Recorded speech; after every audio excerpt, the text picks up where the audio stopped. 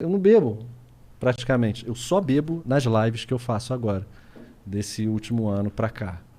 Que Tá são fazendo lives De como? música? De bipolares, é. Bipolar? Bipolares? Por quê? Porque, cara, eu sempre fui metaleiro e eu sempre fui conhecido por cantar rock, né?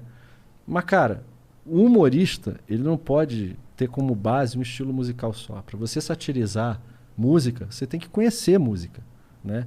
Então, pra zoar uma boy band, um axé, tu tem que conhecer. E antes de eu ser metaleiro, eu era cantor de churrascaria. É mesmo?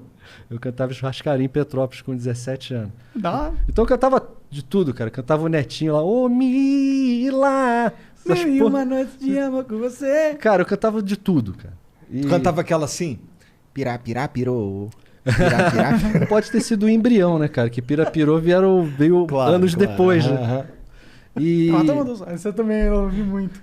Chegou Essa o do negão. Mila era muito da minha infância também, essa É, música. 1997, cara. Arriou o calção e cagou no chão. Caga, caga, caga, caga, cagou. Se bobear, até essa iam cancelar também. Chegou a alemã. Imagina o palhaço gozo. Tava fudido. Galera, olha só. Era uma época, pra você que tá assistindo esse programa, independente do ano que você tá assistindo, a gente tá... Hoje é 16 de abril de 2021. Antigamente, em 2000 até 2010, a gente podia fazer humor livremente sobre qualquer coisa e as pessoas não ligavam, e davam risada e riam junto. Hoje em dia isso não acontece mais. Então, a maioria do acervo, tanto do Hermes e Renato, quanto do Amada Foca, que foi o grupo que eu fiz depois com o Bento Ribeiro, com o Paulinho Serra, com o Daniel Furlan, com a Paulinha, a gente tinha liberdade poética para poder satirizar pessoas, etnias, sexos. Hoje em dia não pode mais. Então, quando vocês virem alguma coisa do Hermes e Renato, do Amada Foca, que você não vai entender porque pode ser muito grosseiro, perdoa. Era da nossa época, tá? Mas esse do Pirapirapirô, ele não tem nenhum, tipo, não tem por que ser cancelado na mesma visão. Ele fala negão, fala alemão, mas não atribui nenhum contexto negativo a nenhuma desses dois personagens. A gente buscava rir junto com o público. Aham. A nossa intenção do Hermes e Renato nunca foi humilhar ninguém, sabe? Porque o Fausto era um cara muito tímido.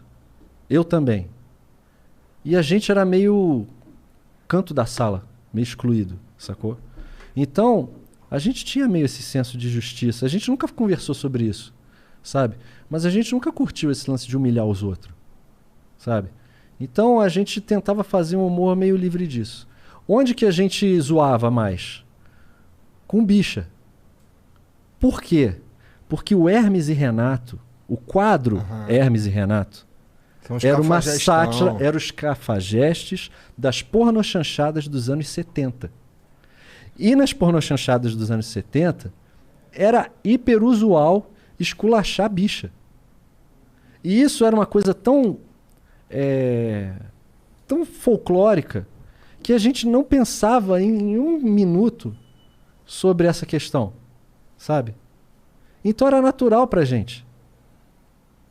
Hoje em dia a gente para, a gente vê, caralho, cara, se isso passa a gente vai preso.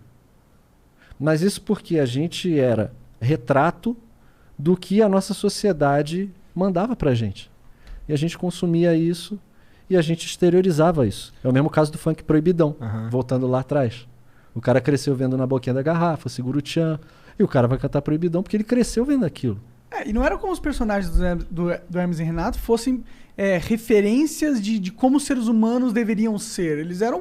Era muito exagerado. Exato. Então, muito e era por isso que era exagerado. muito foda, porque primeiro, a produção do bagulho era tosca e dava pra ver que era de propósito, tá ligado? Sim. E tudo sempre foi super exagerado.